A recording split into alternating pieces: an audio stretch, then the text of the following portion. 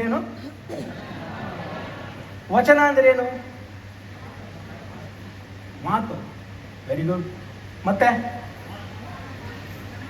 ಭಾಷೆ ಕೊಡು. ಒಪ್ಪದೆ. ಯಾರಿಗೆ ಭಾಷೆ ಕೊಡ್ತೀವಿ?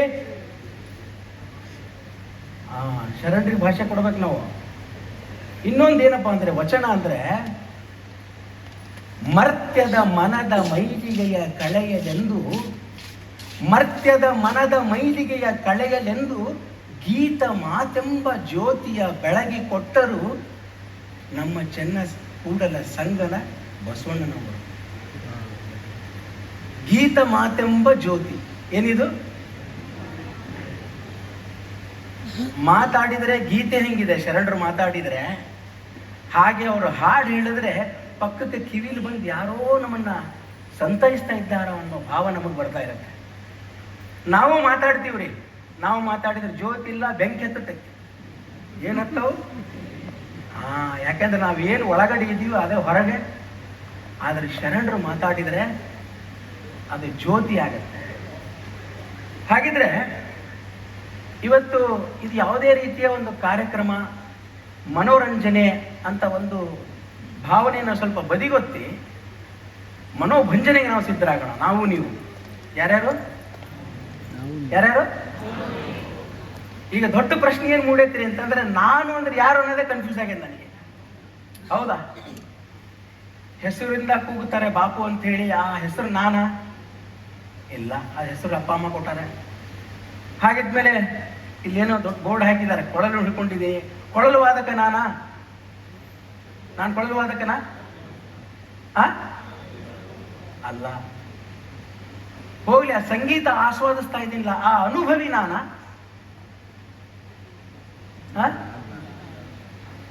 ಅದೂ ಅಲ್ಲ. ಹೋಗ್ಲಿ, ಯಾರಿಗೋ ಒಬ್ಬರಿಗೆ ಗಂಡ ಅಂತಾರೆ, ಯಾರಿಗೋ ಅಂದ್ರೆ ನನ್ನ ಹೆಂಡತಿಗೆ. ಮತ್ತೆ ನೀವು ಕನ್ಫ್ಯೂಸ್ ಮಾಡ್ಕೋಬೇಡ್ರಿ ಪಾಪ. ಯಾರಿಗೋ ಸ್ನೇಹಿತ ಅಂತ ಹೆಸರಿಟ್ಕೊಂತೀನಿ, ಯಾರಿಗೋ ಮಗ ಅಂತೀನಿ, ಯಾರಿಗೋ ತಾಯಿ ಆಗ್ತೀನಿ, ಯಾರಿಗೋ ಏನೇನೋ ಹೆಸರುಗಳಿದೆ. ಈ ಹೆಸರುಗಳು ನಾನಾ? ನಾವಾ? ಈಗ ನಾವು ನೀವು ಕೂಡ ಅದನ್ನು ಅನುಸಂಧಾನ ಮಾಡ್ತಿದ್ದೀವಿ. ಜಯಂತಿಗಳು ಬಂದಾಗ ಹಾರ ತುರಾಯಿಗಳನ್ನು ಹಾಕಿ ಶರಣರನ್ನ ಮೆರೆಸ್ತೀವಿ, ಮೆರೆದು ಆಗಿದೆ. ಈಗ ಅವರು ಇಲ್ಲಿ ಬರಬೇಕಾಗಿದೆ. ಎಲ್ಲಿ ಬರಬೇಕಾಗಿದೆ? ಇಲ್ಲಿ ಯಾಕೆ ಅವ್ರನ್ನ ಒಳಗೆ ಬಿಟ್ಕೊಳ್ಳಲ್ಲ ಅಂದ್ರೆ, ಬಸವಣ್ಣ ಅಪ್ಪಿ ತಪ್ಪಿ ನಮ್ಮ ಒಳಗೆ ಬಂದ್ರು ಅಂದ್ರೆ ನಾನು ಇರ್ಲಿಕ್ಕೆ ಸಾಧ್ಯನೇ? ನಾನಿರ್ಬೇಕು ಅಂತಂದ್ರೆ ಅಪ್ಪಿ ತಪ್ಪಿ ಅವ್ರು ಇಲ್ಲಿ ಒಳಗೆ ಬಿಟ್ಕೊಳ್ಳಿಕ್ಕೆ ಅವಕಾಶ ಕೊಡಲ್ಲ ನಾವು. ಹೆಸರುಗಳು ನಾನಲ್ಲ, ಇದ್ಯಾವುದು ನಾನಲ್ಲ ಅಂದ್ರೆ ಹಂಗಾರೆ ನಾನು ಯಾರು ಅನ್ನೋ ಪ್ರಶ್ನೆ ಉದ್ಭವ ಆಗತ್ತಿಲ್ರಿ. ಹಂಗಿದ್ರೆ ನಾವಿವತ್ತು ವಚನಗಳನ್ನ, ಬಸವಣ್ಣನವರ ವಚನಗಳನ್ನ ಹಿಡ್ಕೊಂಡು ವಚನದಲ್ಲ ನಮಗವ್ರು ಏನು ಉತ್ತರ ಕೊಡ್ತಾರೆ ನೋಡ್ತಾ ಹೋಗೋಣವಾ, ಕೇಳ್ತಾ ಹೋಗೋಣವಾ ನಾವು ನೀವು.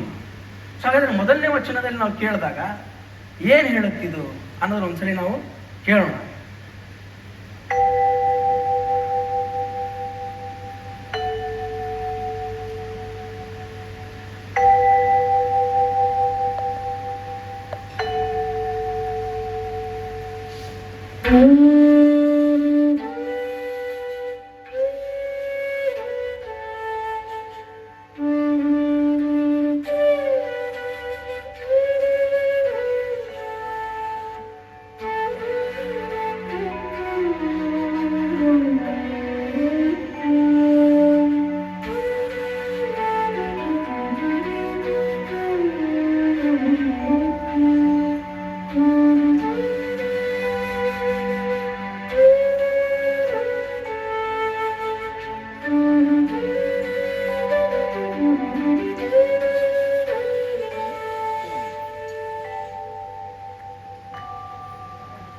ಉದಕದೊಳಗೆ ವೈಚಿಟ್ಟ ಬಯಕೆಯ ಕಿಚ್ಚಿನಂತಿದ್ದಿತ್ತು.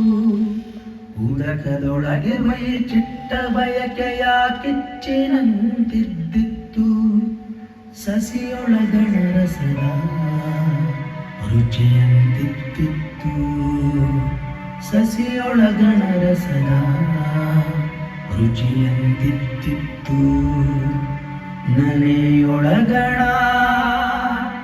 ಪರಿಮಳದಂತಿದ್ದಿತ್ತು. ನನೆಯೊಳಗಣ ಪರಿಮಳದಂತಿದ್ದಿತ್ತು. ಕೂಡಲ ಸಂಗಮ ದೇವ, ಕೂಡಲ ಸಂಗಮ ದೇವ, ಕನ್ಯೆಯ ಸ್ನೇಹದಂತಿದ್ದಿತ್ತು, ಕನ್ಯೆಯ ಸ್ನೇಹದಂತಿದ್ದಿತ್ತು, ಕನ್ಯೆಯ ಸ್ನೇಹದಂತಿದ್ದಿತ್ತು.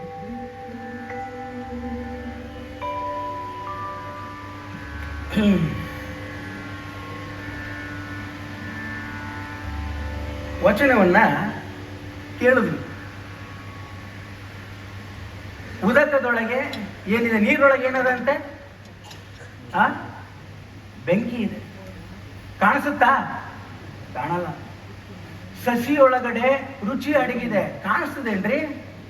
ಕಾಣಲ್ರಿ.